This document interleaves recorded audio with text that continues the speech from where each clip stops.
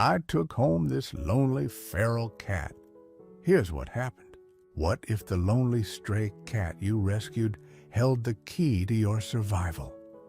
Clara thought she was saving an injured feral cat named Shadow, offering him comfort in her quiet life, but she never expected the shocking twist that unfolded one terrifying night, revealing a connection and a courage that defied explanation. Subscribe, like, and listen to the full story to discover how one act of kindness led to an unbelievable fight for life. Smoke clawed at her throat. Before the heat registered, Clara coughed a dry, hacking sound swallowed by the sudden roar filling the small house. Disoriented, dragged from the depths of sleep, she blinked against the acrid, dark orange light flickered menacingly under her bedroom door, casting dancing, monstrous shadows on the ceiling. Panic seized her cold and sharp. Fire! The thought jolted her upright heart, hammering against her ribs like a trapped bird. Then chaos erupted beside her. A furry weight landed heavily on her chest, sharp claws digging through her thin nightgown, not in anger, but desperation. Shadow, his yowls were frantic, guttural sounds, unlike his usual quiet meows. Sharp and piercing in the thickening air, he batted wildly at her face, his small body trembling violently. The smell was stronger now. Burning insulation wood, something chemical. She could feel the heat intensifying through the closed door. Shadow leapt off her, ran to the door, then back, yowling a frantic black silhouette against the terrifying underdoor glow. He wanted her to move.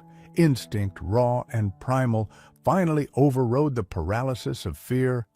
Scrabbling out of bed, her bare feet hitting the cold wooden floor, she grabbed blindly for the robe draped over a chair. Smoke was now curling into the room, stinging her eyes, making each breath a painful effort. Shadow darted ahead, a low, urgent guide towards the back of the house, away from the growing inferno in the kitchen. She stumbled after him, coughing, vision blurring. The air grew thicker, hotter. Reaching the back door felt like breaking through water. Fumbling with the lock, her fingers slick with sweat, she finally wrenched it open, gasping in a lungful of cold, clean Vermont night air. She scooped Shadow into her arms, his small body still vibrating with terror, and stumbled out onto the frosty lawn.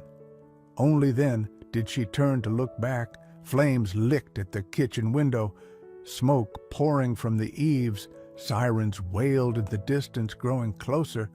Shivering, clutching the trembling cat, Clara watched the red and blue lights paint the smoke-filled sky, the flashing strobes illuminating the impossible reality. Her quiet, predictable world was literally going up in smoke. And the feral creature she'd hesitantly taken in, he had just saved her life. Before the fire, before Shadow, Clara Jenkins' world was quiet, perhaps too quiet. At 68, widowhood had settled over her life in Brattleboro like the long Vermont winters. Initially sharp and painful, now a persistent, numbing chill. Her husband Tom had been gone 5 years, and the silence in their small clapboard house, nestled on a street lined with maples that blazed gloriously in autumn, often felt deafening. Her days followed a predictable rhythm wake before dawn coffee, while watching the local news, tending the small garden less enthusiastically each year, grocery shopping at the Hannaford, perhaps a visit to the Brooks Memorial Library, then evenings spent with a book or knitting the television. Murmuring for company, Brattleboro itself was a town caught between its artistic, slightly bohemian present and its sturdy New England past. Tourists came for the fall foliage, the galleries, the farmers' market. But for year-round residents like Clara, life moved at a slower pace, dictated by seasons and familiar routines. She had acquaintances, people she exchanged pleasantries with at the post office or church suppers, but deep connections felt elusive. Her son lived across the country in California, his calls becoming less frequent. Filled with the busy static of his own life, loneliness wasn't an event. It was the atmosphere she breathed. She missed Tom's easy laugh, the comfortable weight of his presence beside her on the worn floral sofa, even his habit of leaving half-finished crossword puzzles scattered around the house. Now the house felt too large, the silence too profound. She'd tried joining a book club, volunteering at the hospital thrift shop, but found herself retreating the effort of small talk, exhausting. She was becoming, she feared, one of those solitary older women you saw shuffling through the supermarket aisles, talking quietly to themselves. Her small comforts were rituals, the specific brand of tea. She favored the warmth of the fireplace on chilly evenings, the changing light through the kitchen window. She wasn't unhappy exactly, but adrift, moored to a past that was receding and disconnected from a future she couldn't quite envision. The house, once filled with the energy of family life, now felt like an echo chamber. Dust motes danced in the afternoon of sunbeams, highlighting the stillness. Sometimes, looking out at the neighbor's cat sunning itself on a porch railing, a pang of longing for simple companionship would strike her sharp and unexpected. She considered getting a pet, a cat perhaps, but dismissed the idea. Too much responsibility, too much potential heartbreak. Her life was manageable in its quietude. Introducing a new variable felt daunting. She walked through her days competently, but without spark, unaware that the simmering tension in her life wasn't external, but the internal pressure of a heart yearning for connection, a purpose beyond simply marking time until the sun went down. The stage was set not for grand drama, but for the quiet arrival of something or someone that could disrupt the stillness and force her back into the currents of life. The disruption arrived on a bitingly cold evening. In late November, Clara was loading groceries into the trunk of her aging Subaru. Behind the Hannaford, the setting sun, painting the bare trees in stark silhouette against a pale lavender sky. A clatter from the overflowing dumpster nearby startled her. She peered into the deepening shadows of the service alley. There, illuminated by the flickering yellow security light, was a thin, bedraggled black cat, its fur matted and dull. It was trying unsuccessfully to nudge open a heavy dumpster lid. Clara's first instinct was pity, mixed with a familiar reluctance to get involved. Stray cats were common enough. But then she saw it limp.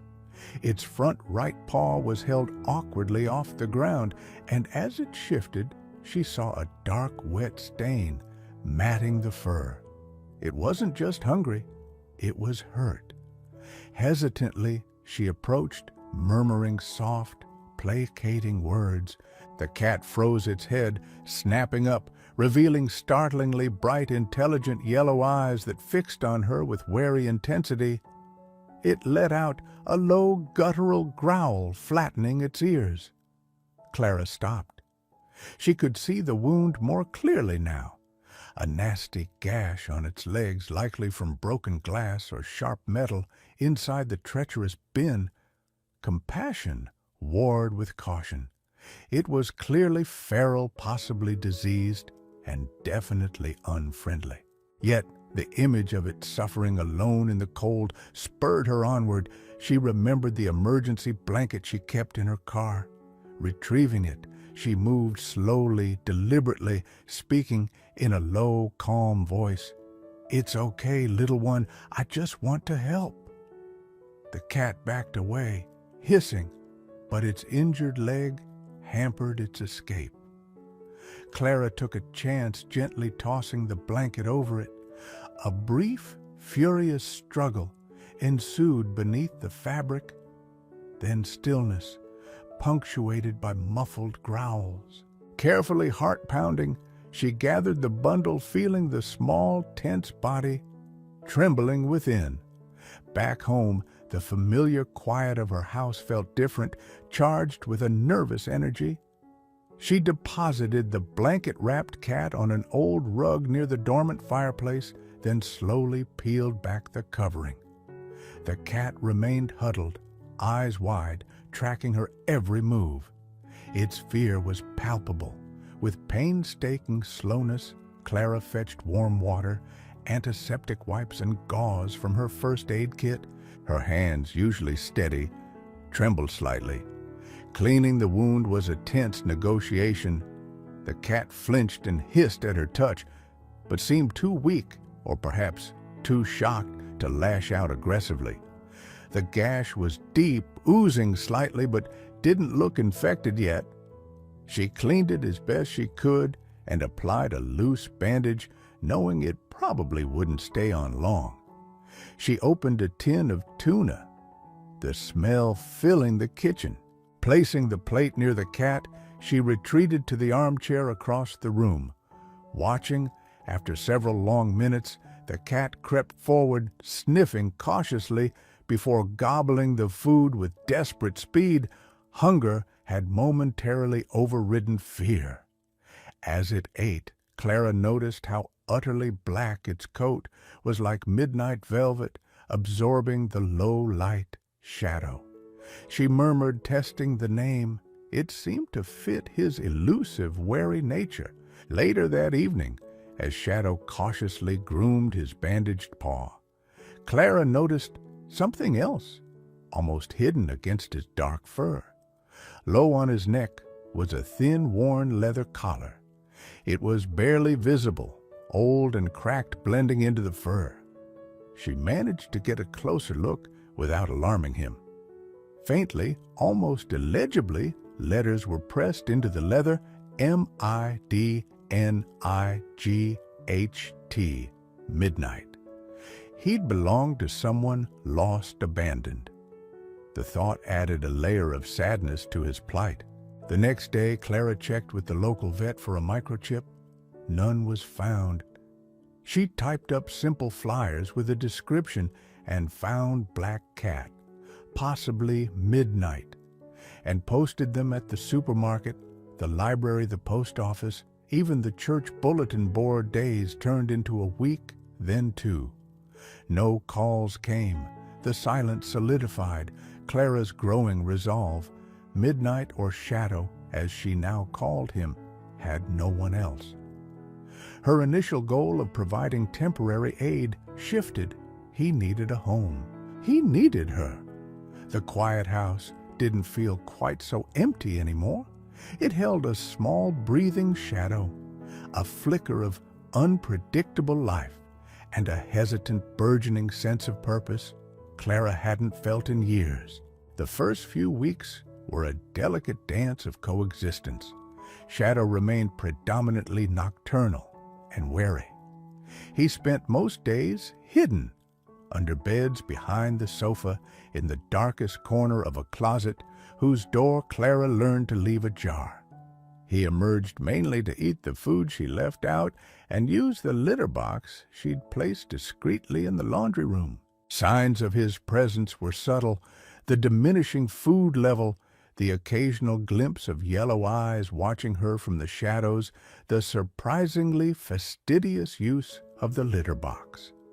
The bandage came off within a day, licked away, but the wound itself began to heal cleanly.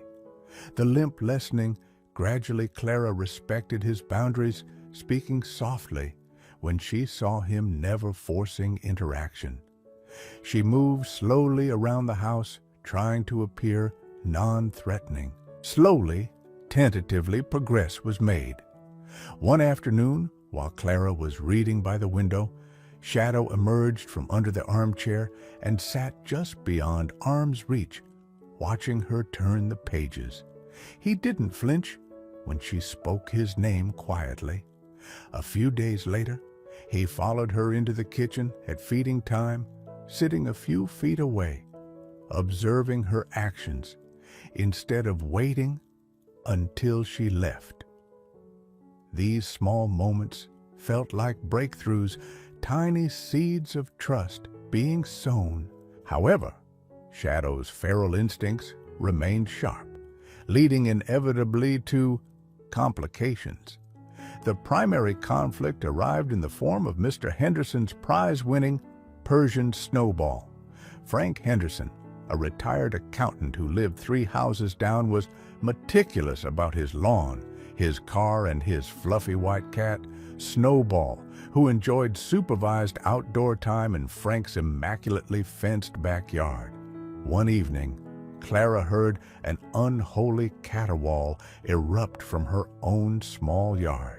Rushing out, flashlight beam cutting through the twilight, she found Shadow, fur bristling back arched, locked in a spitting, yowling standoff with Snowball, who had somehow squeezed through a loose picket in Clara's aging fence. Shadow, though leaner and clearly outmatched in fluffiness, held his ground fiercely, a low growl rumbling in his chest. Before Clara could intervene, Frank Henderson appeared at the fence line, his face thunderous. "Clara, get your beast under control. Look what he's done to Snowball." He pointed dramatically at a small scratch on Snowball's pink nose, though Shadow sported a fresh nick on his ear himself. Snowball, sensing his owner's arrival, hissed one last time and darted back through the fence gap. Frank, however, was not placated. That animal is a menace. It's feral, probably diseased. If I see it near my property or my Snowball again, I'm calling animal control. Mark my words. Clara, flustered and protective, tried to apologize while ushering a still agitated Shadow indoors. "I'm so sorry, Frank. He's still adjusting. He doesn't usually go outside unsupervised, the fence." "Excuses," Frank retorted, turning back towards his house. "Keep that stray locked up." The encounter left Clara shaken. The threat of animal control loomed large, losing Shadow, now that she'd started to feel a connection, was unthinkable. She reinforced the loose fence picket the next day, her anxiety spiking every time Shadow ventured near a window. Keeping him strictly indoors felt cruel, yet the alternative was terrifying. As she sat worrying, Shadow, perhaps sensing her distress, surprised her by hopping silently onto the sofa beside her. He didn't curl up or solicit petting, but simply sat, a quiet, dark presence, his nearness a small comfort. A few days later, Frank Henderson appeared at her door again, but his demeanor was different. He looked awkward, holding a small faded photograph. "Clara," he began, clearing his throat, I might owe you an apology. And that cat of yours?" He held out the photo. It showed a younger Frank on his porch, Snowball lounging at his feet. Beside Snowball sat a sleek black cat, virtually identical to Shadow. "This was taken about 3 years ago," Frank explained. "That black cat belonged to Mrs. Gable, lived in the end house, passed away 2 years back. Name was Midnight." He peered at Clara. "That collar you mentioned finding it clicked. Mrs. Gable's kids cleared out the house, but Midnight just vanished. Everyone assumed he ran off for good or worse." He sighed. "Snowball and Midnight used to sit on the porch together all the time. Snowball's been mopey ever since Mrs. Gable died, and Midnight disappeared, seeing your cat. Maybe Snowball wasn't attacking. Maybe he was just confused or excited, trying to greet an old friend." Frank looked genuinely regretful. I shouldn't have flown off the handle. Losing Mrs. Gable was hard on the neighborhood. Clara felt a wave of understanding wash over her. Shadow wasn't just a stray. He was Midnight, a cat who had known a home, known affection, known loss. He had a history intertwined with this very neighborhood, even with the grumpy neighbor's cat. Frank's revelation didn't solve the problem of Shadow's wildness, but it deepened Clara's resolve. This wasn't just about providing shelter anymore. It was about restoring something that had been broken, offering a second chance to a creature who had already lost so much. The stakes felt higher. Now imbued with the weight of a past life, she was only beginning to understand she needed to not just protect Shadow, but to help him truly belong again. Life settled into a new rhythm, marked by Shadow's slow but steady integration and a cautious truce with Frank Henderson. Shadow began spending more time in the main living areas, even occasionally sleeping in a patch of sun on the rug, instead of hidden away. He still startled easily and avoided direct petting most of the time, but the fear in his yellow eyes was slowly being replaced by curiosity. Clara cherished the small signs of progress, the growing sense of companionship filling the quiet corners of the house.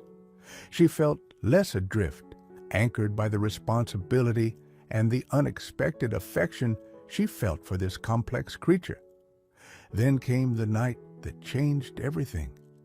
It was a frigid January night, the kind where the old house groaned under the assault of wind and plunging temperatures. Clara had gone to bed early, lulled by the rhythmic ticking of the grandfather clock in the hall and the low hum of the furnace. Shadow, unusually restless that evening, had prowled the downstairs rooms.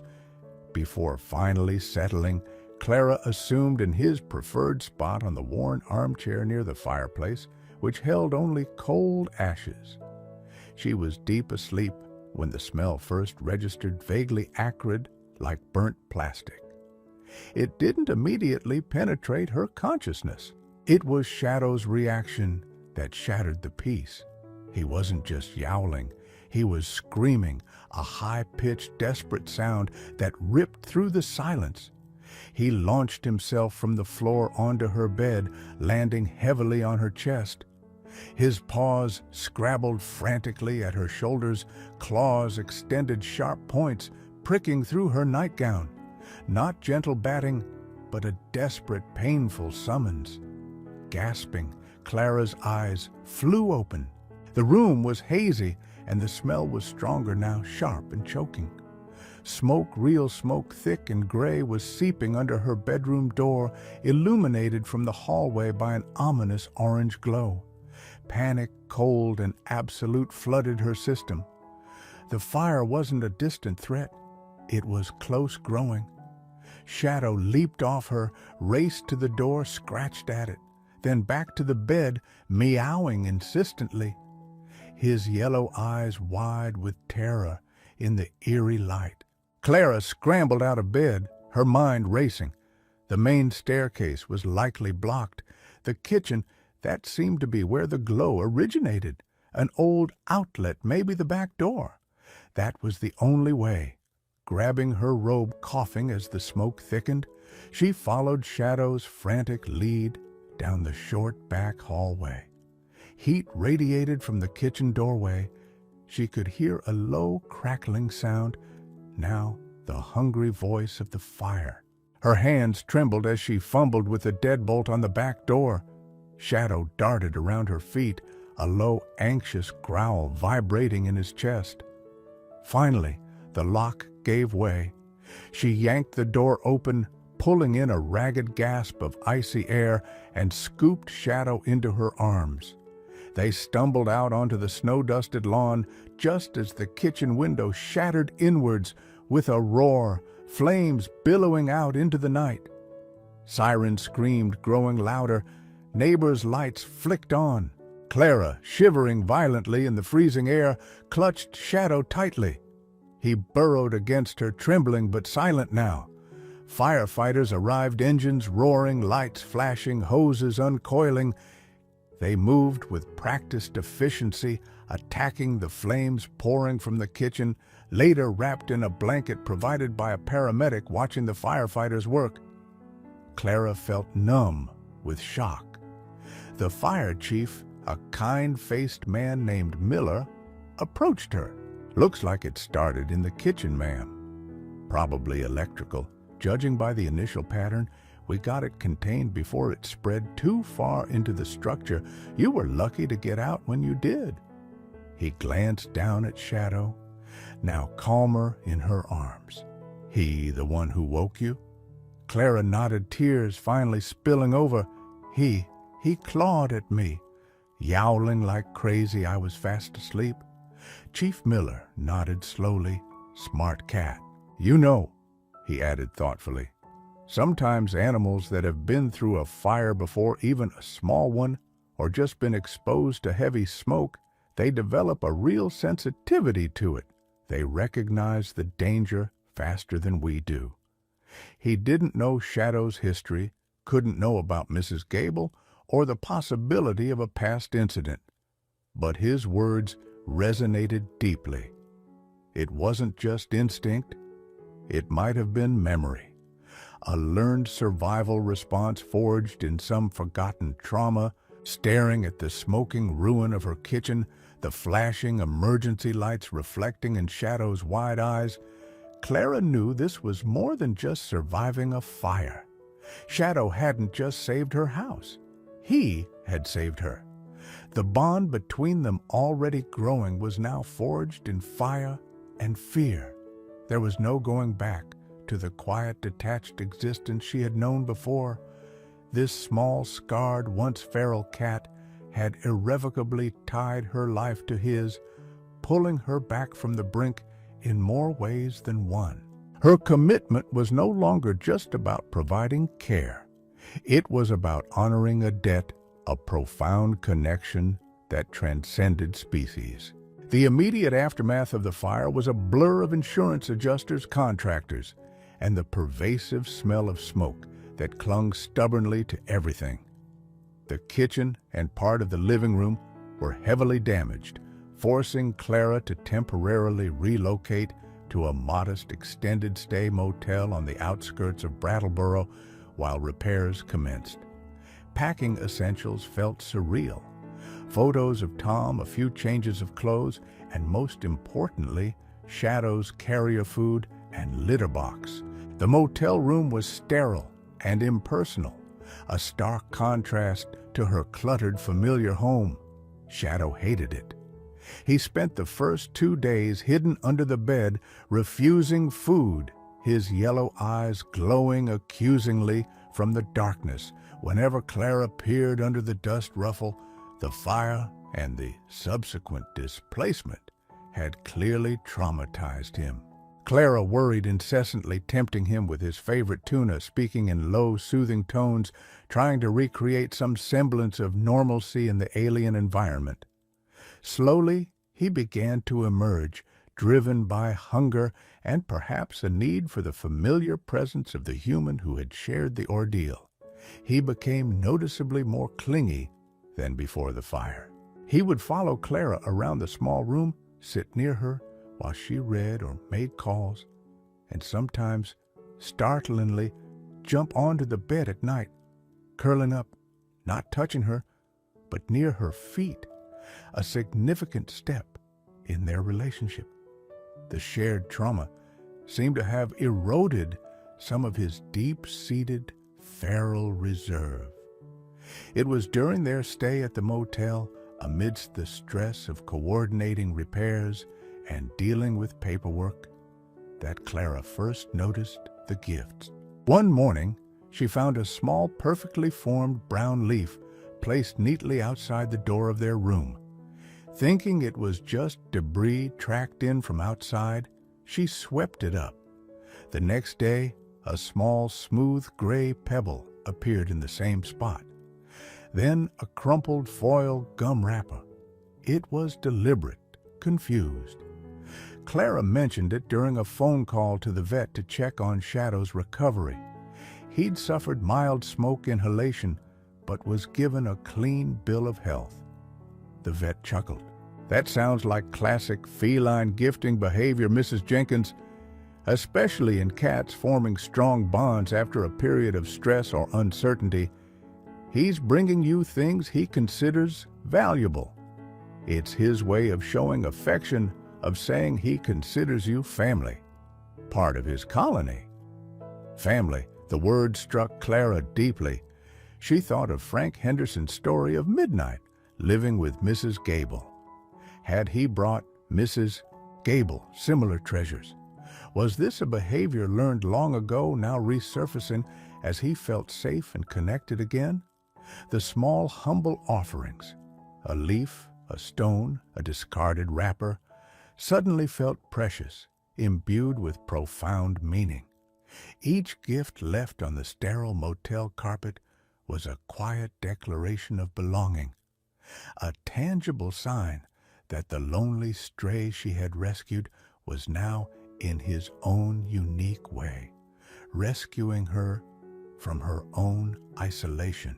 The fire also subtly shifted her interactions with the community neighbors she barely knew, stopped by the damaged house, offering help or expressing sympathy. Frank Henderson proved surprisingly supportive, offering practical advice on dealing with contractors and even bringing over a casserole to the motel one evening, just making sure you two are all right. He mumbled, glancing awkwardly at Shadow, who observed the transaction with regal indifference from atop the cheap motel dresser. Their shared knowledge of Shadow's past, coupled with the drama of the fire, had forged an unlikely bridge between them. As the repairs on the house progressed, Clara found herself not dreading the return home, but planning for it with a new perspective. She wasn't just restoring walls and replacing cabinets. She was preparing a space for her and her companion, her savior, her little Shadow, who brought gifts. She ordered a new comfortable cat bed, picked out durable, easily cleanable flooring for the kitchen, and even found herself sketching ideas for a small enclosed catio off the back porch where Shadow could safely enjoy the outdoors. The fire had been devastating, but in its wake, something new was growing. A deeper bond with her cat, tentative reconnections with her neighbors, and a burgeoning sense of resilience within herself. She was no longer just reacting to life. She was beginning slowly to shape it again, with a small black cat firmly at the center. Moving back into the repaired house felt like a true homecoming. The smell of smoke was finally gone, replaced by fresh paint and new beginnings. Shadow explored every inch of the restored kitchen and living room, cautiously sniffing the new flooring before reclaiming his favorite spot on the armchair. Now reupholstered, Clara too felt a sense of renewal, but also a restlessness. Shadow had saved her life, shown her affection in his unique way, and reconnected her, however tenuously, to her community. It wasn't enough anymore to simply coexist quietly. She felt a growing urge to do something more, something meaningful. Inspired by the second chance Shadow represented, her conversations with Frank Henderson had become more frequent, often revolving around Mrs. Gable and the plight of stray and feral cats in Brattleboro.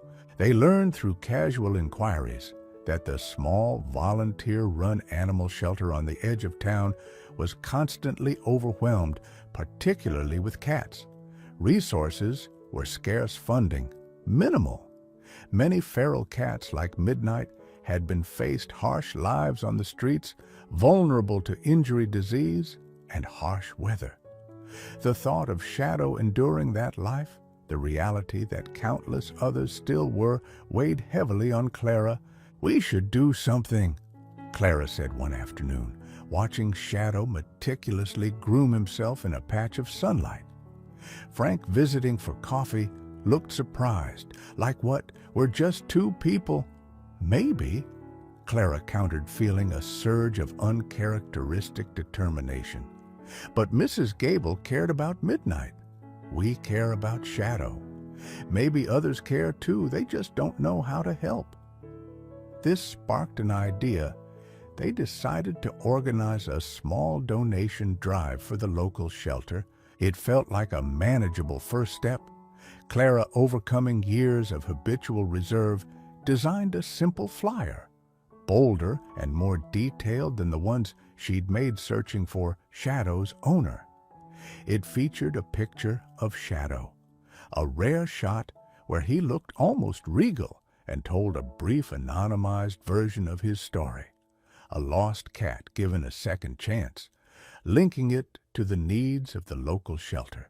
The final test wasn't a physical threat, but Clara's internal battle against her own introversion and fear of failure.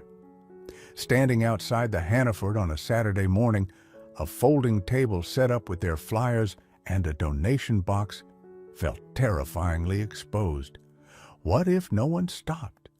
What if people thought she was just some crazy cat lady? Frank, surprisingly steadfast, stood beside her, awkwardly handing out flyers and explaining their purpose to curious shoppers. The first hour was slow. A few polite nods, some loose change dropped into the box. Clara felt her resolve wavering. Doubts crept in. Was this foolish? Was she making a difference at all? She missed Tom keenly. In that moment, his easy confidence that would have smoothed over her anxieties. She glanced down at the photo of Shadow on the flyer, his steady yellow gaze seeming to meet hers. He had faced danger, starvation, loneliness, and survived. He had trusted her. She owed it to him and to all the other Shadows out there to keep trying. Then a woman stopped, read the flyer carefully, and shared a story about her own rescued cat. She made a generous donation. A young family paused, the children fascinated by Shadow's picture, and contributed their pocket money. Slowly, more people stopped, drawn perhaps by Frank's quiet persistence or Clara's evident sincerity. They didn't raise a fortune, but by the end of the afternoon, the donation box was respectably full. And more importantly, several people had taken flyers expressing interest in volunteering or fostering for the shelter. Driving home, Frank was quiet for a moment, then said, "You know, Clara, that wasn't half bad. We actually did something." Clara felt a warmth spread through her chest that had nothing to do with the car heater. It was the glow of purpose, of connection, of stepping beyond her own quiet world. That night, as she sat reading, Shadow hopped onto her lap, not just near her, but on her lap, and began to purr, a deep rumble vibrating against her. It was a rare occurrence, a sign of ultimate trust. Clara stroked his soft, dark fur tears, welling not of sadness, but of gratitude. The final test hadn't been just about raising donations. It had been about her own willingness to step out, to connect, to act. And in doing so, she had found not just a cause, but a stronger version of herself. The path forward felt clearer now, leading toward something larger than just her own quiet life. The culmination of their efforts wasn't a single dramatic event, but the first official meeting of the Brattleboro Community Cats Initiative, a small group formed by Clara, Frank, and a handful of the people who had expressed interest during the donation drive. They gathered on a chilly Tuesday evening in the basement meeting room of the Brooks Memorial Library, the air buzzing with hesitant energy. Clara elected chairperson largely because the idea had been hers stood nervously at the front, clutching a few handwritten notes. Looking out at the small group, maybe 10 people in total, including a young vet tech, a retired teacher, and the overwhelmed director of the local shelter, Clara felt a familiar wave of inadequacy wash over her. Who was she to lead this, a quiet widow whose main accomplishment lately was not burning dinner? But then her gaze fell on Frank, giving her an encouraging nod, and she thought of Shadow, likely curled up asleep back home, safe and warm. That thought steadied her. She cleared her throat. "Thank you all for coming." She began, her voice trembling slightly at first, then gaining strength. "Most of you know Frank and me, and some of you know a little about the cat who inspired this." She didn't go into the fire, but spoke simply about finding a lost, injured animal and realizing the depth of the need in their community. She talked about Mrs. Gable and Midnight, connecting the past to the present. We can't save them all. She admitted, her voice resonating with quiet passion. But we can make a difference for some. We can support the shelter, raise awareness about trap-neuter return programs, maybe help organize foster care for kittens. She outlined the simple goals they had discussed: regular donation drives, coordinating volunteers for the shelter, creating an informational pamphlet. As she spoke, sharing her own journey from isolation to tentative action, she saw nods of agreement, expressions of shared concern. The shelter director spoke next, detailing their struggles and expressing profound gratitude for their initiative. The vet tech offered expertise on TNR best practices. Others chimed in with ideas and offers of help. The initial awkwardness melted away, replaced by a collaborative spirit, a shared sense of purpose. The climax wasn't loud or explosive. It was the quiet, powerful moment of disparate individuals coalescing into a community force, sparked by the story of one lost cat and the compassion of the woman who took him home. When the meeting adjourned, there was a tangible sense of hope and determination in the room. Clara, packing her notes, felt not exhaustion, but exhilaration. They had done it. They had started something. The Brattleboro Community Cats Initiative didn't change the world overnight, but it began to make small, tangible ripples. Their regular donation drives became a fixture outside the Hannaford, collecting much-needed food and supplies for the shelter. Frank, surprisingly adept at organizing, coordinated a small team of volunteers to help socialize fearful cats at the shelter, improving their chances of adoption. Clara, using her quiet determination, worked with the library to host an informational session on responsible pet ownership.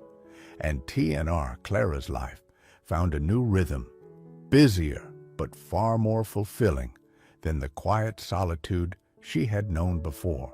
Her days were punctuated by calls about the initiative, planning meetings with Frank, and trips to the shelter, but always anchored by the comforting presence of Shadow. He remained her quiet companion, a constant reminder of the journey they had undertaken together. He still brought her gifts: a colorful autumn leaf, a dropped button, a smooth river stone, which she now kept in a small wooden box on her bedside table. Treasures from her little Shadow. He never became a cuddly lap cat, in the traditional sense, retaining a core of wild independence, but the bond between them was undeniable. He would greet her at the door with a soft meow, sleep curled on the end of her bed many nights, and sit companionably beside her while she read or knitted, his yellow eyes blinking slowly in contentment. Occasionally, he even tolerated Frank's cautious attempts at petting. In the spring, Clara fulfilled her plan for the catio, a secure mesh enclosure built onto the back porch. Shadow loved it, spending hours out there watching birds and insects, safely enjoying the sights and sounds of the world he once navigated alone. Clara often sat out there with him, sipping her tea, feeling the gentle Vermont breeze. She planted a small patch of catnip nearby alongside white daisies and hung a small discreet wooden plaque on the porch wall, simply reading, "For Midnight and Shadow." Her house no longer felt empty or silent. It felt full of purpose, quiet companionship, and the gentle hum of a life rediscovered. She still missed Tom, but the sharp edges of grief had softened, replaced by a quiet appreciation for the present. Chatting with Frank over coffee, organizing volunteer schedules, even just watching Shadow nap in a sunbeam. These were the moments that now defined her days. The lonely feral cat she took home hadn't just survived, he had thrived. And in doing so, he had shown Clara Jenkins that it was never too late to heal, to connect, and to let a little bit of wild, unexpected love back into her life. Lonely farmer finds stray cat in field years later. Nephew makes heartbreaking discovery after storm. The state of Nebraska unfolds itself not in dramatic peaks or plunging canyons, but in subtle, relentless waves of land. It's a place where the sky feels immense, a boundless canvas of blue stretching from one horizon clear across to the other, often painted with streaks of high, wispy clouds or sometimes the bruised purple undersides of an approaching storm. Beneath this vast sky lies the earth, rich and dark, yielding season after season the crop that defines this part of America: corn. In summer, the fields are a dense, rustling sea of green, stalks standing shoulder to shoulder, whispering secrets to the prairie wind. Come fall, they turn gold, drying under the autumn sun, waiting for the harvest that marks the rhythm of life here. Harold Anderson knew this rhythm better than his own heartbeat. His 81 years had been spent almost entirely tethered to this specific patch of Nebraska soil. 160 acres settled by his grandfather, worked by his father, and now tended by his own weathered hands. The small log cabin, nestled amongst a protective stand of cottonwood trees whose leaves trembled silver in the breeze, was the only home he'd ever truly known. Its logs were darkened by time and weather, the chinking between them meticulously maintained, a testament to decades of quiet persistence. It wasn't a large house, just a main room with a stone fireplace, a small kitchen, a bedroom, and a narrow bathroom added sometime in the 60s. But it was solid, rooted, much like Harold himself. His life, once bustling with the noise of family, had distilled down to a quiet solitude. The sun, rising reliably in the east, still dictated the start of his day, just as it always had. He'd wake before the first light truly broke, the habit ingrained too deep to break. The floorboards would creak under his slow, deliberate steps as he made his way to the kitchen. His joints often protested these first movements, a stiff reminder of the decades of labor etched into his frame. He'd put the kettle on the stove, the whistle a familiar sharp announcement in the otherwise silent house. Coffee, black and strong, brewed in an old percolator that had belonged to his father. He'd sit at the small wooden table, scarred with the history of countless meals, and sip his coffee, looking out the window towards the eastern fields as the sky bled from gray to pink to pale orange. Martha, Her absence was a palpable presence in the quiet cabin. It had been 12 years since cancer had taken her, slowly and then all too quickly. 12 years, yet sometimes it felt like yesterday he'd heard her laugh echoing from the kitchen, or felt the brush of her hand against his as they walked the edge of the fields in the evening. He still saw her everywhere, in the pattern of the faded curtains she'd sewn, in the sturdy rocking chair by the fireplace where she used to knit, in the scent of lavender that sometimes seemed to linger faintly in the bedroom closet where a few of her dresses still hung untouched. He missed her voice most of all. The house had never felt truly silent until she was gone. Now the quiet pressed in, broken only by the ticking clock on the mantelpiece, the sigh of the wind outside, or the occasional rumble of his own stomach reminding him it was time to eat. Their children, Sarah and Tom, were grown and gone, scattered by the winds of opportunity and circumstance that often pull the young away from places like this.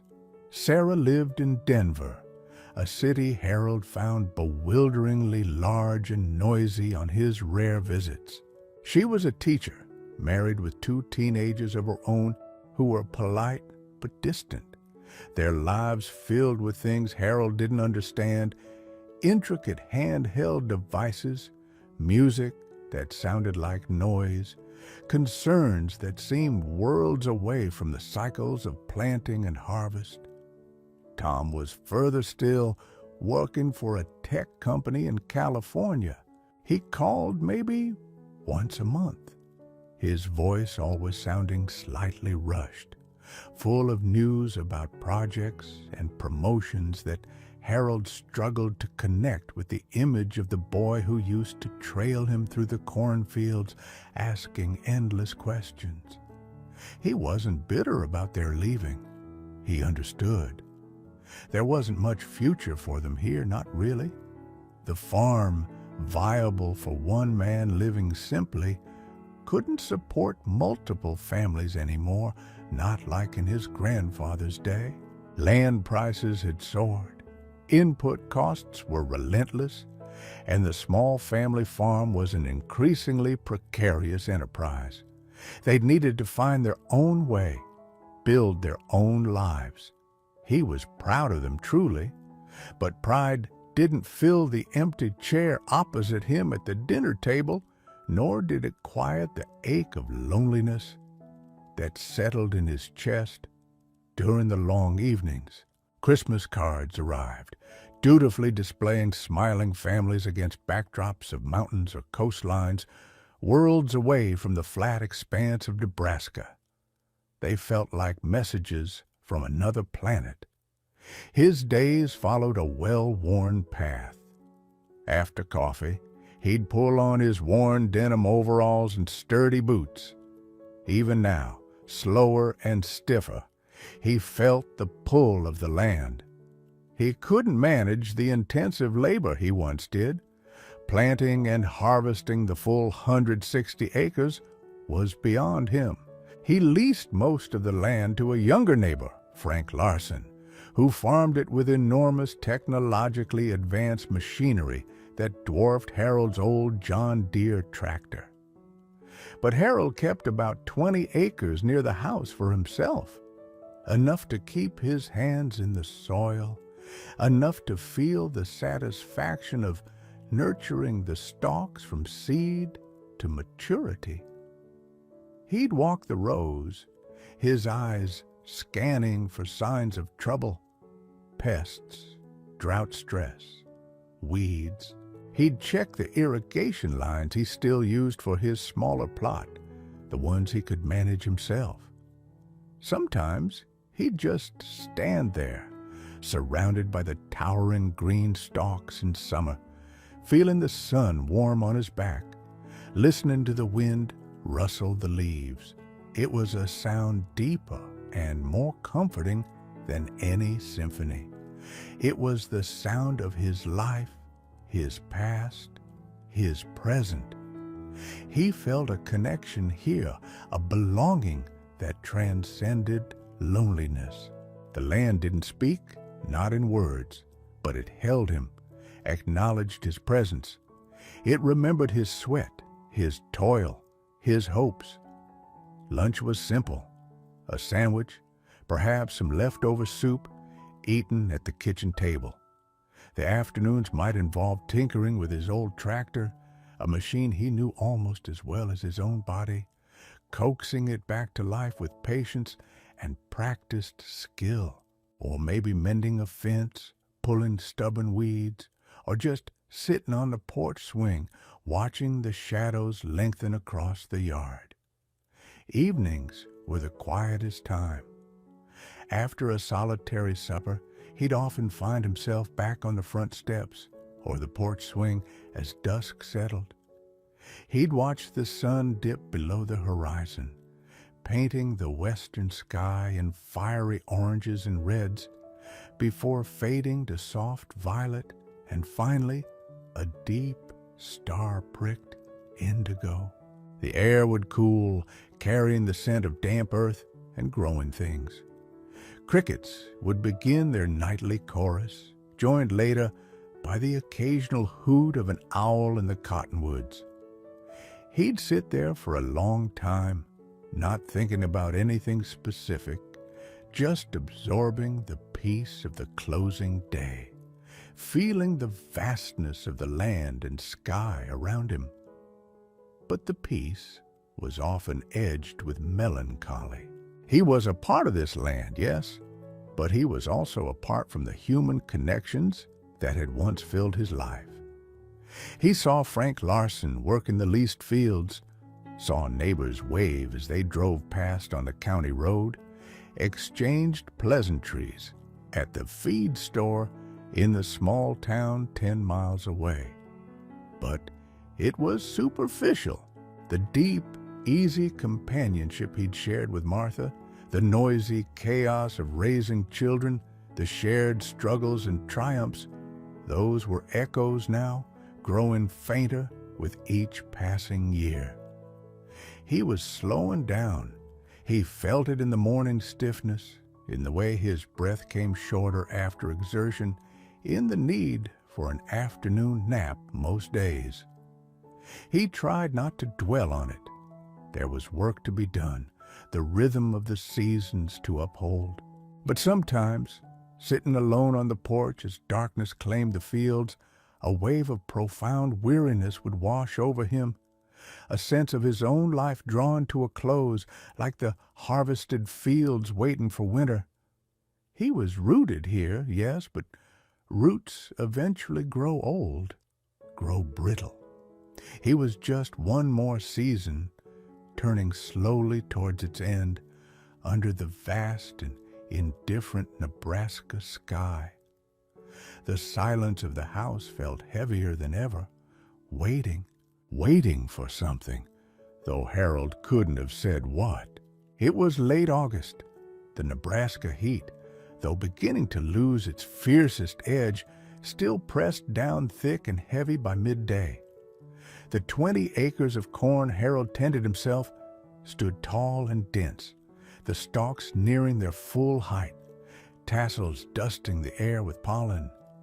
The leaves were a deep, robust green, rustling like taffeta in the sluggish breeze that offered little relief. Harold walked the narrow path between rows, his boots kicking up puffs of dry earth. He was checking for any sign of corn borers or rootworms, his experienced eyes scanning the leaves and stalks, his hand occasionally pulling back a husk to check the developing ears within. The air was filled with the buzzing of insects and the constant hypnotic whisper of the corn. It was a familiar soundscape, the background music to his solitary work. He'd reached the far edge of his plot, near where it bordered the vast expanse leased to Frank Larson, a section slightly overgrown with taller grasses and opportunistic weeds. He paused, wiping a bead of sweat from his temple with the back of his worn leather glove, his gaze sweeping absently over the transition from cultivated rose to wilder edge. That's when he saw it, a small patch of color that didn't belong low down amongst the green stalks and yellowing grass, a patch of dull, dusty orange. He squinted. It wasn't a discarded piece of equipment or a strange fungus. It moved, a slight, almost imperceptible shift. Curious, Harold took a few slow steps closer, his boots crunching softly on the dry ground. As he neared, the shape resolved itself. It was a cat, a ginger cat, huddled low, trying to make itself invisible against the base of the corn stalks. It was a scrawny thing, painfully thin. Its fur, the color of faded terracotta, was patchy and ragged, clinging in clumps to its bony frame. One ear looked slightly torn at the tip.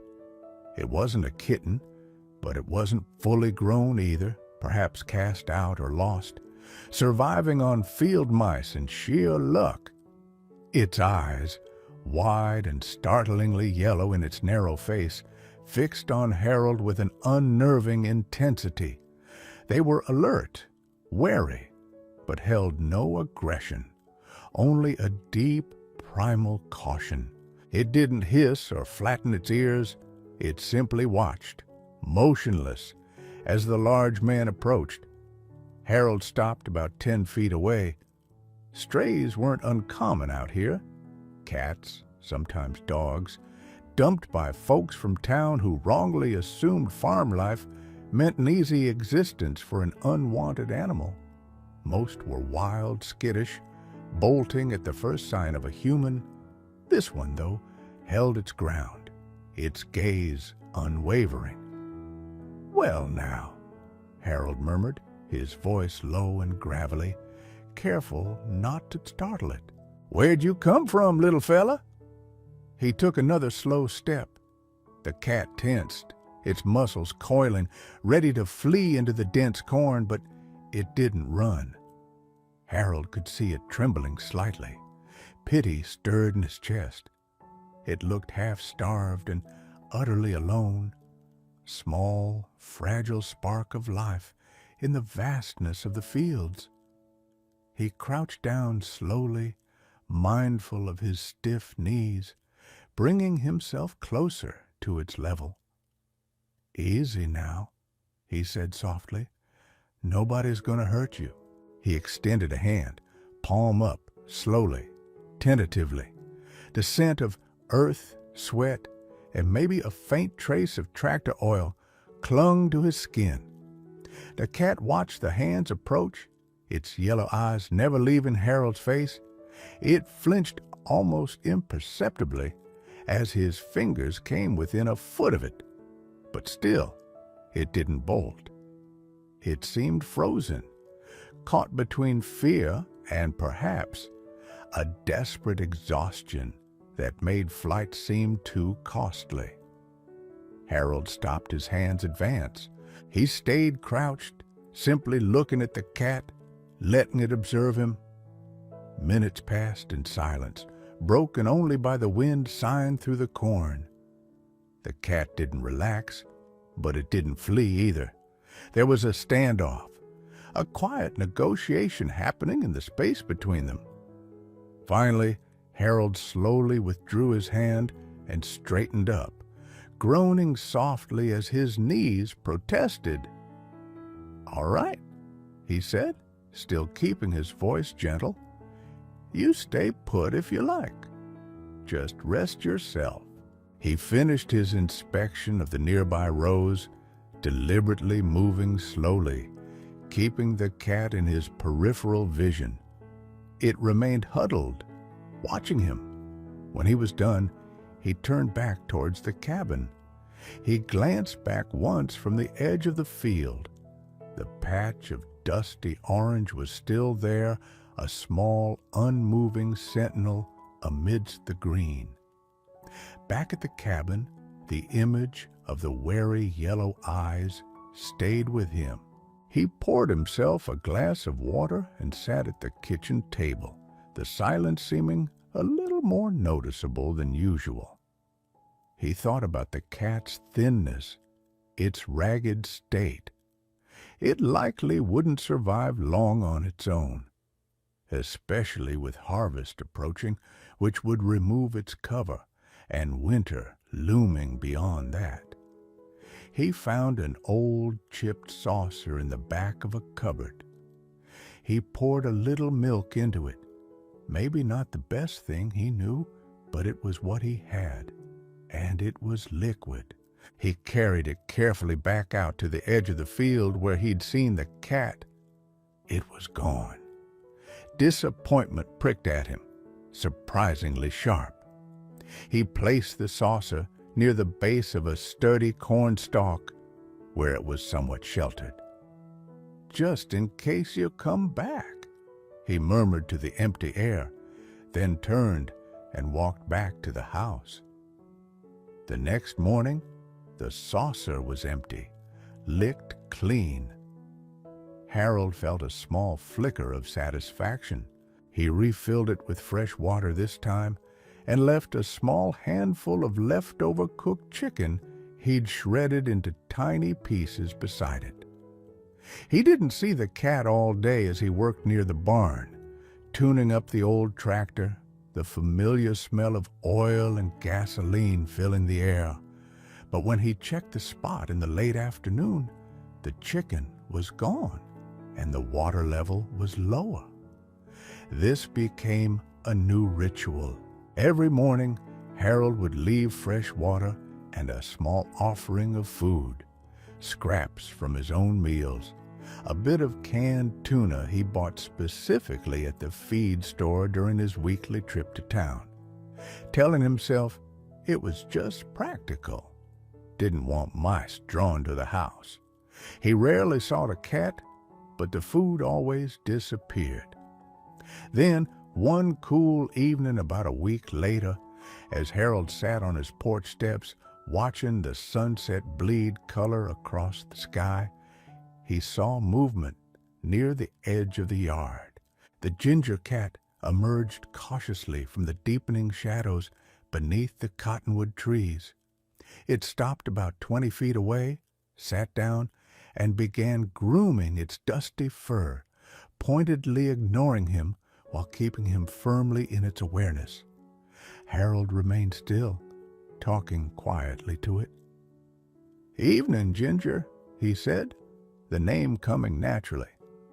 "Glad to see you're still around. Food's over by the step if you're hungry." He'd moved the feeding spot closer to the house gradually. The cat, Ginger, continued its grooming for a few minutes, a display of nonchalance that didn't quite mask its underlying tension. Then, slowly, deliberately, it stood up and walked towards the food bowl near the bottom step. It kept glancing at Harold as it approached, but it didn't shy away. It ate quickly, hungrily, its skinny body hunched over the bowl. When it finished, it didn't immediately retreat.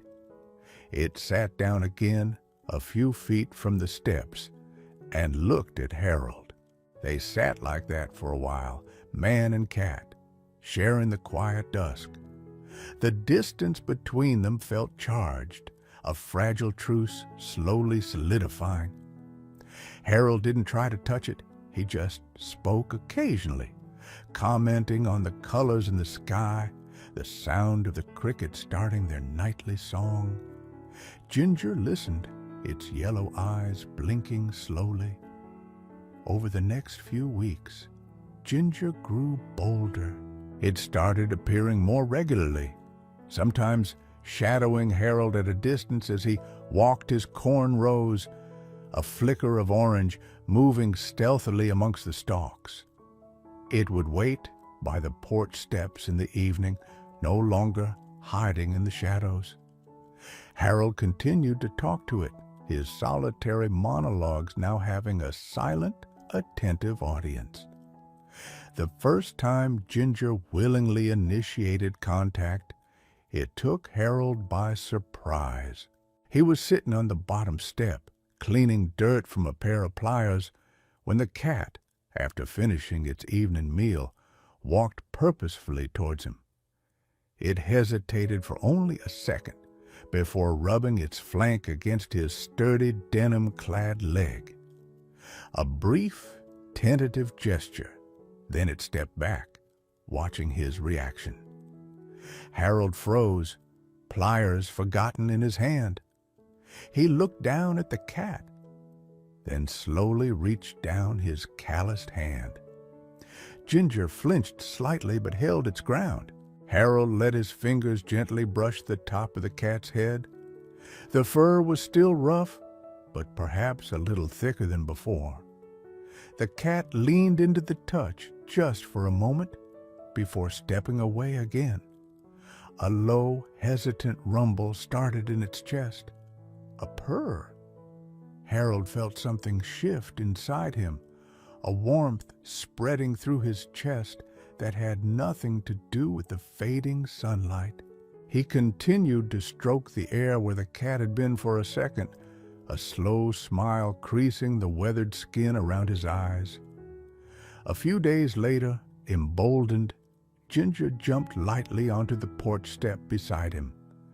It didn't curl up against him, not yet, but it sat close, sharing the same space, watching the fireflies begin to blink in the twilight.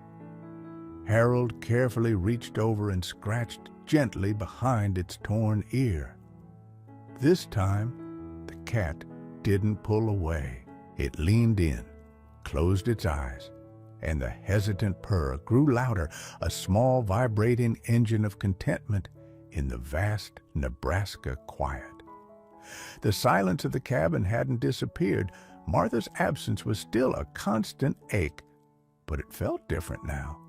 It was as if a tiny pinprick of light had appeared in the long, settled dusk of Harold's solitude.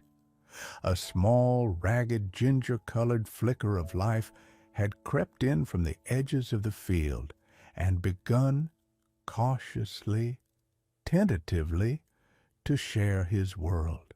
The seasons turned, cycling through the reliable Nebraska sequence of thaw, growth, harvest, and freeze. 2 years passed since the dusty, wary ginger cat had first appeared at the edge of Harold's cornfield. 2 years of shared sunrises, quiet afternoons, and evenings settling into dusk. The fragile truce brokered in those early days had deepened into a steady, unwavering companionship, a silent understanding woven into the fabric of Harold's solitary life. Ginger, as Harold now invariably called him, bore little resemblance to the scrawny stray he'd found. Regular meals, shelter from the harshest weather, and the absence of constant fear had transformed him. His ginger fur grew thick and plush, gleaming with health in the sunlight. The torn ear remained a small badge of his former life, but his body filled out, sturdy and well-muscled. His yellow eyes, once wide with perpetual caution, now often held a soft, contented blink, though they remained keenly observant of the world around Harold's farm. He moved with a quiet confidence, the undisputed small master of his domain. Their routines became intertwined, a comfortable rhythm set against the backdrop of the changing fields. When spring arrived, bringing with it the damp, earthy smell of thawing soil, Harold would prepare his 20 acres. He'd drive his old John Deere tractor, the engine coughing to life with a familiar rumble, pulling the plow through the dark earth. Ginger, after a period of cautious observation, had decided the tractor wasn't a threat, but an integral part of the man he followed. He wouldn't ride on the hood, too hot and vibrated too much, but he found a secure perch on the wide, flat toolbox mounted behind the seat. From there, he'd watch, a ginger sphinx surveying the unfolding furrows, occasionally ducking his head when Harold turned sharply at the end of a row. Harold found himself talking to the cat over the engine's noise, pointing out hawks circling overhead or commenting on the quality of the soil. Ginger would sometimes reply with a soft chirp or a slow blink, his presence a small, warm counterpoint to the mechanical roar and the vast open space. During the long, hot days of summer, as the corn shot upwards, Ginger became Harold's shadow in the fields. He'd follow Harold down the rows, sometimes darting ahead with surprising speed to investigate a rustle in the stalks, other times sitting patiently in the shade of a large leaf, while Harold meticulously checked for pests or pulled stubborn weeds. He learned to avoid the slow sweep of Harold's hoe and the spray from the irrigation lines. Sometimes Harold would pause in his work, leaning on his hoe handle, and just watch the cat stalking grasshoppers with intense focus, a miniature predator utterly absorbed in his task. A quiet smile would touch Harold's lips. The work was still hard. His back often ached, but the presence of the small ginger creature moving through the green sea beside him made it feel less like toil and more like a shared endeavor. Harvest time on Harold's plot was less frantic than on the huge neighboring fields Frank Larson managed with his combines. Harold used his older, smaller equipment, taking his time. Ginger would watch from a safe distance, fascinated by the activity, occasionally pouncing with glee on the field mice that scattered as the stalks came down. Their indoor life developed its own rhythm, too. Ginger, initially hesitant to cross the threshold of the cabin, gradually claimed it as his own. At first, he'd linger by the door, peering in. Then, bolder, he explored the main room, sniffing curiously at the furniture, the stone fireplace, the braided rug. He discovered the warmth of the hearth, the softness of the old armchair Martha had favored, though he only napped there when Harold wasn't looking, as if sensing it was still somehow hers.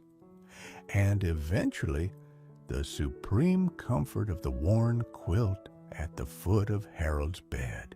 Harold, initially careful not to trip over the cat suddenly underfoot, grew accustomed to the soft weight landing on the bed in the pre-dawn hours, the gentle rumble of a purr near his ankles as he drifted back to sleep. Evenings on the porch became their settled ritual. Harold would sit on the old wooden swing, gently pushing off with one foot, the chains creaking softly. Ginger would jump up beside him, sometimes settling into a neat loaf, other times stretching out, eventually migrating onto Harold's lap. Harold's large, work-roughened hand would rest on the cat's back, rising and falling with his breath, stroking the soft fur absently. They'd watch the sky perform its nightly spectacle of color, listen to the crickets and the distant lowing of cattle, sharing a comfortable silence that felt full rather than empty.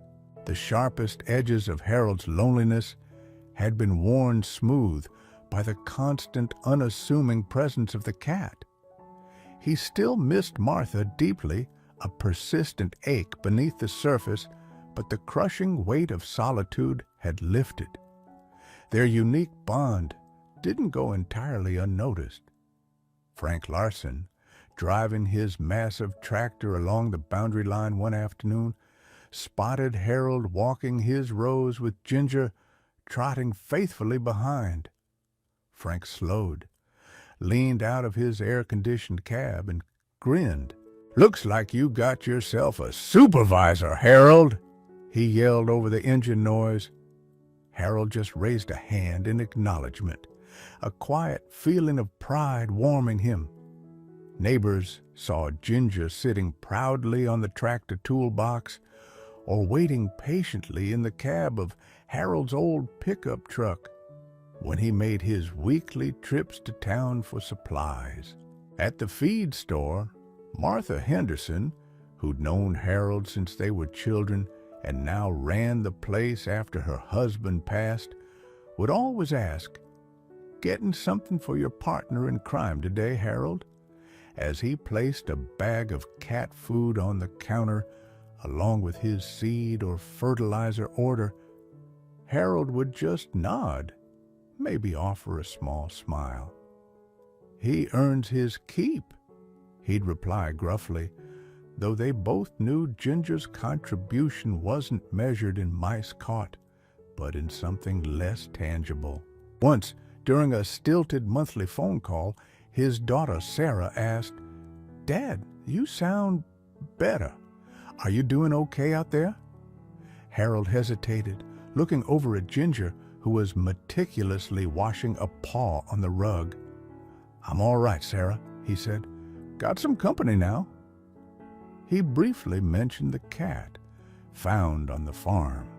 He downplayed it, unsure how to explain the depth of the connection across the miles, across the different worlds they now inhabited. Sarah sounded pleased, but perhaps didn't grasp the significance. "Oh, a cat. That's nice, Dad. Good for keeping the mice down." He let it go. Some things didn't translate well over the phone. Life settled into this new pattern. Harold's world was still quiet, still centered on the land and the seasons, but it was no longer empty. There was the soft padding of paws on the wooden floor, the demanding meow for breakfast, the comforting wait on his lap in the evenings. There was the shared glance, the understanding that passed between man and animal without words. Ginger would greet him at the door with a little chirp and a raised tail, weaving around his ankles, demanding attention and offering affection in his own feline way. Harold, in turn, found himself checking the water bowl constantly, making sure Ginger was inside before a storm hit, waking in the night sometimes just to listen for the soft sound of the cat's breathing nearby. One crisp fall afternoon, with the harvested fields lying bare under a clear blue sky, Harold sat on the porch swing, reading the local newspaper. Ginger was curled tightly on his lap, a warm, purring weight. The sun slanted low, casting long shadows. Harold put the paper down, his gaze drifting out over the land. His land. He absently stroked Ginger's soft fur, feeling the steady rise and fall of his small body. A deep sense of peace settled over him, quieter and more profound than any he'd felt since Martha was alive. It wasn't the same, nothing could replace her, but it was something, a steady, quiet contentment. The land endured, the seasons turned, and he wasn't entirely alone to witness it. He had Ginger, the unexpected gift from the fields, his steadfast companion in the slow unfolding twilight of his years. Another 5 years spun quietly by, marked by the steady rhythm of Nebraska seasons, the green surge of summer corn, the golden retreat of autumn, the stark white silence of winter, the muddy awakening of spring. Harold was now 88. The land remained immutable and vast beneath the expansive sky, but time, relentless and unavoidable, was making its mark ever more clearly on the man who tended it. The log cabin stood firm, silvered by weather, smoke curling faithfully from its chimney on cool mornings. Inside, the companionship between the old farmer and his Ginger cat had settled into a deep, comfortable groove, a silent testament against the encroaching years. Harold's movements, once deliberate, were now noticeably slow, often stiff. The arthritis that had long been a dull ache in his knees and hands now flared more frequently, sharp and insistent, especially on damp mornings. He'd rise from his chair with a groan, using the sturdy table or armrest for leverage. Walking the 20 acres he still kept for himself had become a significant effort. He'd pause more often, leaning on a fence post or simply standing still amidst the corn, catching his breath, the sound rasping slightly in his chest. He'd hired Frank Larson's youngest son, a capable young man named Ethan, to handle the tractor work mostly, the plowing and planting that demanded more strength and agility than Harold could reliably muster. He still liked to oversee it, offering advice from the edge of the field, his connection to the process unbroken, even if his physical participation was waning. But he admitted, if only to himself, that climbing onto the John Deere now felt like scaling a small mountain. His eyesight, too, had dimmed. Reading the newspaper required brighter light, and the spectacles perched permanently on his nose. Faces seemed blurrier at a distance. Sometimes small objects seemed to hide themselves. His keys, a specific wrench, the salt shaker, leading to moments of frustrating searching punctuated by a muttered curse. These weren't alarming memory lapses, not yet, just the frustrating erosion that age worked on the sharpness of mind and senses. Ginger, too, was showing the signs of his own advancing years. Harold figured the cat must be around 12 or 13 now, a senior in feline terms. The explosive bursts of speed were gone, replaced by a more measured, deliberate gait. He still enjoyed stalking the occasional grasshopper, but mostly he seemed content to supervise Harold's activities from a comfortable vantage point. A sunny patch on the porch, the cushioned seat of the old armchair, or the familiar toolbox on the stationary tractor. His sleek, ginger coat, while still thick, perhaps showed a few distinguished gray hairs around his muzzle. He slept more deeply and for longer stretches, often curled in a tight ball, conserving warmth. He seemed more attuned than ever to Harold's presence, often appearing silently at his side if Harold seemed tired or lingered too long in one spot out in the field. His purr, when Harold settled into his chair for the evening, remained a steady, comforting rumble, a small engine of affection against the quiet backdrop of the house. Their interdependence deepened. Harold relied on Ginger's quiet presence, the simple necessity of feeding him and letting him in or out, providing structure to days that might otherwise blur together. Ginger, in turn, seemed to draw comfort and security from Harold's unchanging routine. The familiar scent of the old man, the gentle hand that always knew the right spot to scratch behind his torn ear. They were two aging creatures, navigating the landscape of their later years together. One crisp October afternoon, Harold was repairing a section of fence at the edge of his property line. He knelt to secure a wire, the movement sending a sharp twinge through his knee. As he pushed himself up, a wave of dizziness washed over him, sudden and intense. The world tilted, the blue sky and golden stubble fields seeming to spin. He staggered, reaching out a hand to steady himself on a fence post, his heart hammering against his ribs. Ginger, who had been sitting nearby watching a beetle, immediately trotted over, rubbing against Harold's leg with a small, anxious chirp. The spell passed after a minute, leaving Harold feeling shaken and breathless.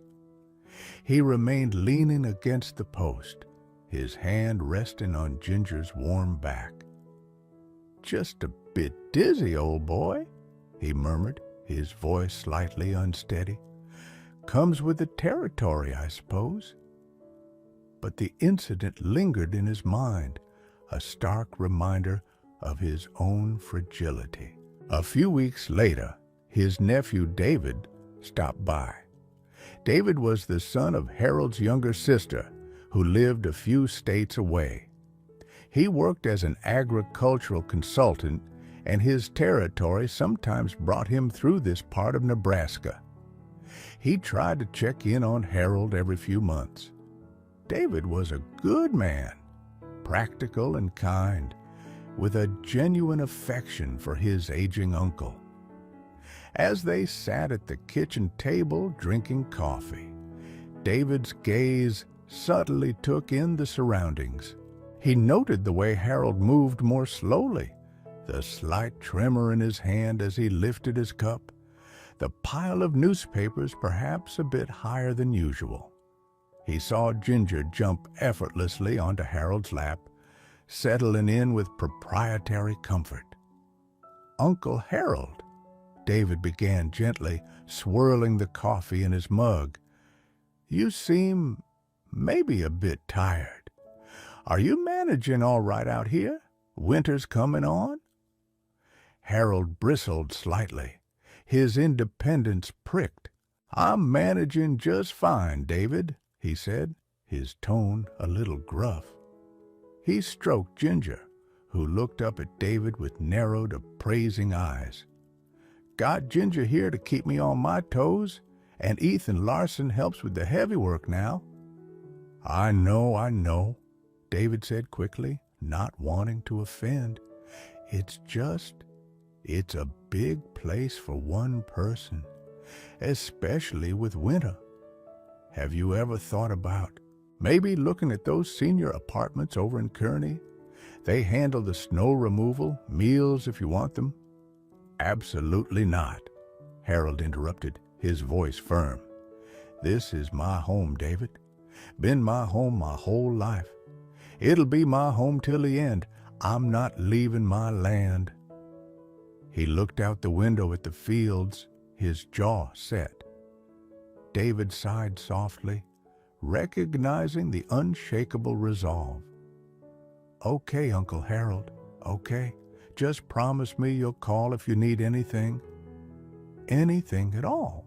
Or have Frank or Ethan call me." "I'll be fine," Harold repeated, though the dizziness spell flickered briefly in his memory. "We'll be fine," he added, glancing down at Ginger, who purred louder, as if in agreement.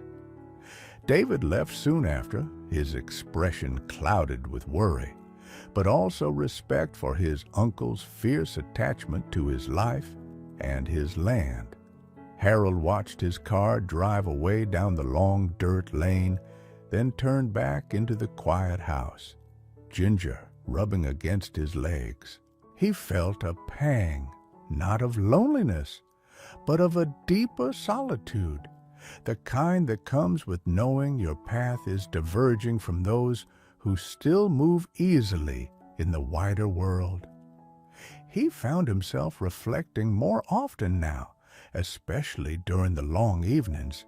Sitting by the fire, with Ginger asleep on the hearth rug, memories would surface unbidden.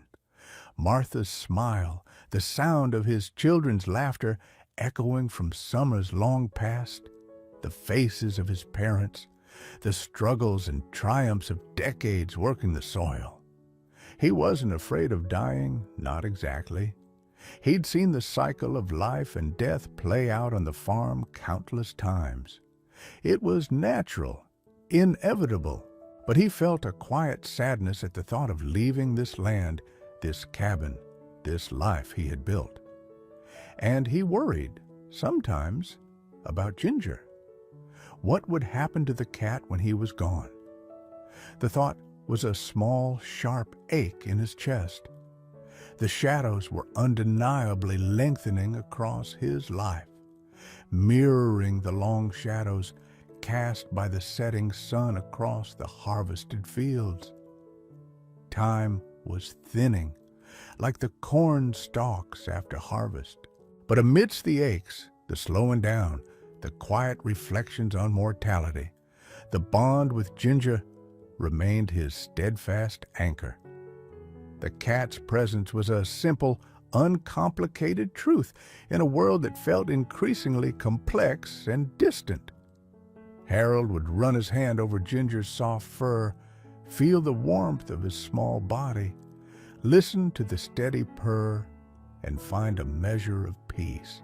They were two old souls, bound together by chance and affection, facing the encroaching twilight side by side on their small patch of Nebraska earth.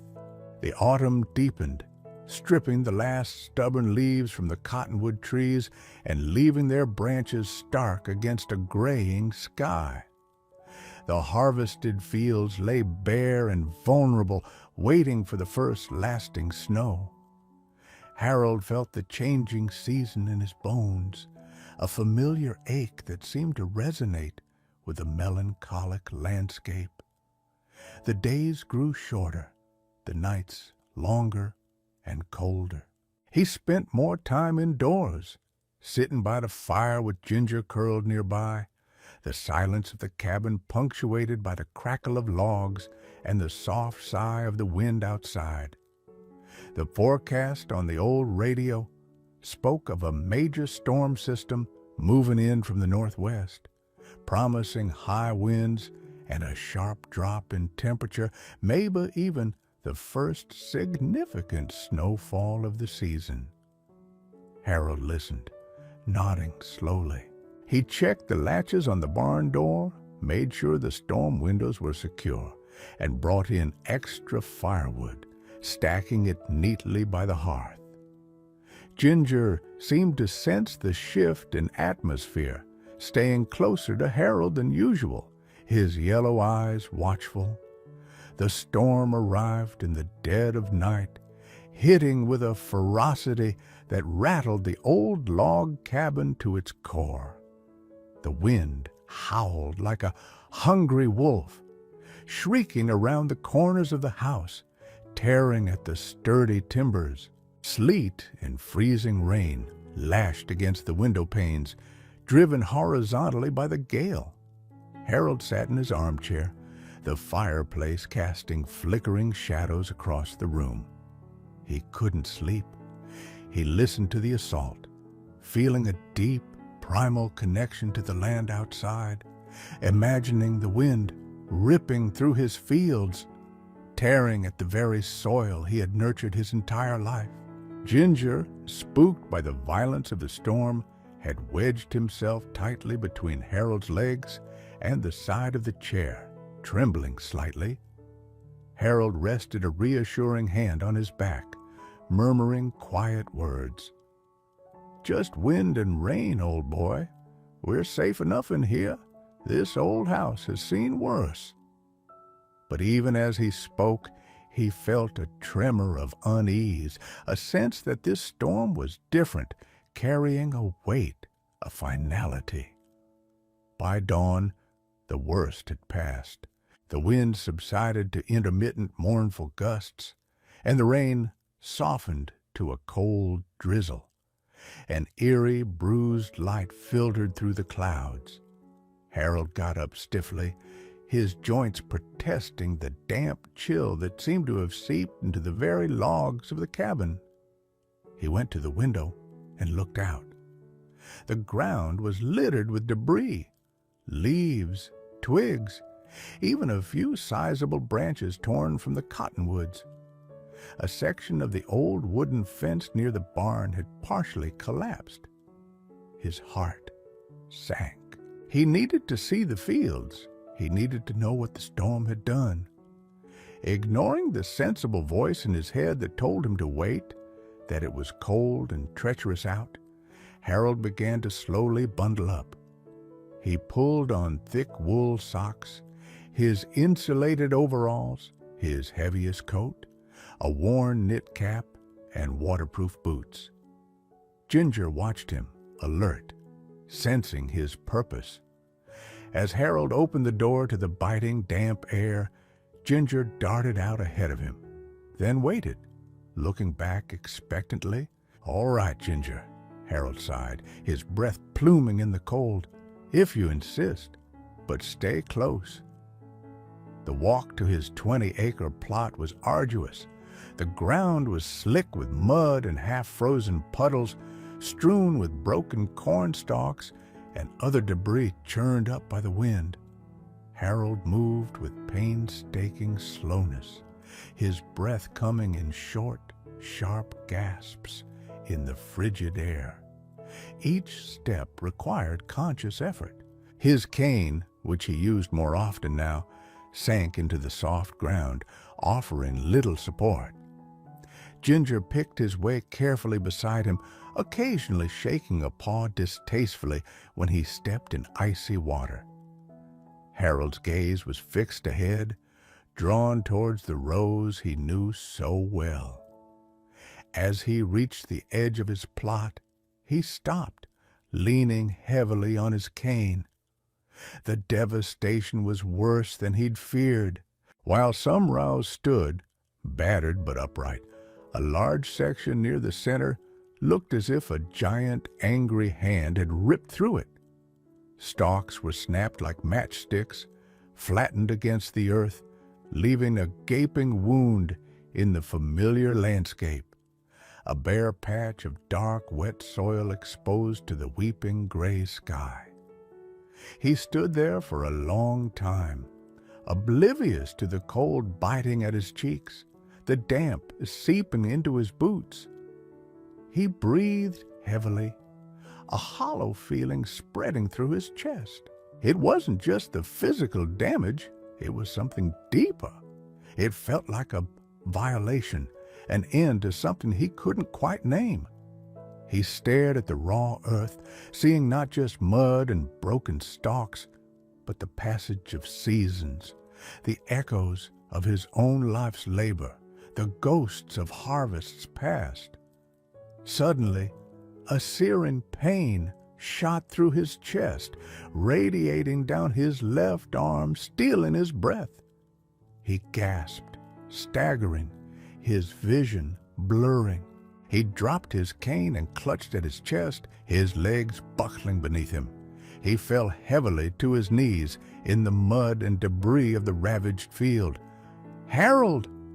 The sound was a desperate, high-pitched meow. Ginger was instantly at his side, frantic. The cat pushed his head against Harold's hand, rubbed urgently against his face, let out a series of distressed cries, trying to rouse him, to understand what was happening. Harold looked down, his eyes clouded with pain, finding Ginger's worried yellow gaze. A faint, almost imperceptible smile touched his lips. He managed, weakly, to lift his hand, letting his trembling fingers brush against the cat's soft, familiar fur one last time. "Good boy," he whispered, the words barely audible. Then his strength failed him completely. He slumped backward onto the cold, wet earth, the effort of holding himself up gone. His eyes remained open for a moment, staring blankly up past the broken corn stalks toward the vast and different gray of the Nebraska sky. Then, with a final gentle sigh, his gaze softened, and the light within them went out. His face, even in the mud and cold, settled into an expression of profound peace, as if he had simply laid down to rest after a long day's work. Ginger nudged Harold's still face, meowing plaintively. There was no response. The cat circled him, crying out again, a lonely sound swallowed by the immensity of the field and sky. The cold was biting, seeping through fur, chilling to the bone. After a few more minutes of frantic, useless appeals, a deep shudder ran through the little cat. He seemed to understand. With quiet determination, Ginger climbed onto Harold's chest, kneading gently for a moment before curling into a tight ball, seeking the last vestiges of warmth, pressing close against the heart that had stopped beating. He lay there, nestled in the arms of his friend, his rescuer, his companion. The wind gusted, ruffling his fur, but he didn't move. Sometime later, perhaps overcome by the cold, perhaps by something more profound, Ginger closed his eyes too, his small body finally still. The next morning, the sky had cleared, revealing a pale, watery sun. David, Harold's nephew, arrived mid-morning. He'd called repeatedly after hearing about the storm, his worry growing with each unanswered ring. Seeing the cabin door slightly ajar and Harold's truck parked in its usual spot filled him with a cold dread. He called out, his voice echoing in the unnerving quiet. Getting no answer, he went inside, finding the cabin empty, the fireplace cold. He saw the tracks leading out towards the fields, one set of boot prints, one set of paw prints, side by side in the mud. His heart pounding, he followed them, his pace quickening as he neared the damaged corn plot. And then he saw them. In the center of the storm-torn clearing, lying amidst the broken stalks and bare earth, was Harold. His eyes were closed, his face peaceful, looking almost like he was sleeping, and nestled securely in the crook of his arm, curled against his chest as if seeking warmth and comfort, lay the small, still form of the Ginger cat. David stopped, stunned into silence, tears welling in his eyes. The wind sighed through the broken corn, lifting and scattering dry leaves across the desolate scene. In that moment, standing alone in the vast, quiet field under the pale morning sun, David felt an overwhelming sense of sorrow, but also a strange kind of peace. It felt as though Harold and Ginger hadn't truly left. They were still there, somehow part of the wind, part of the soil, part of the endless cycle of the land they had both belonged to, finally and forever home.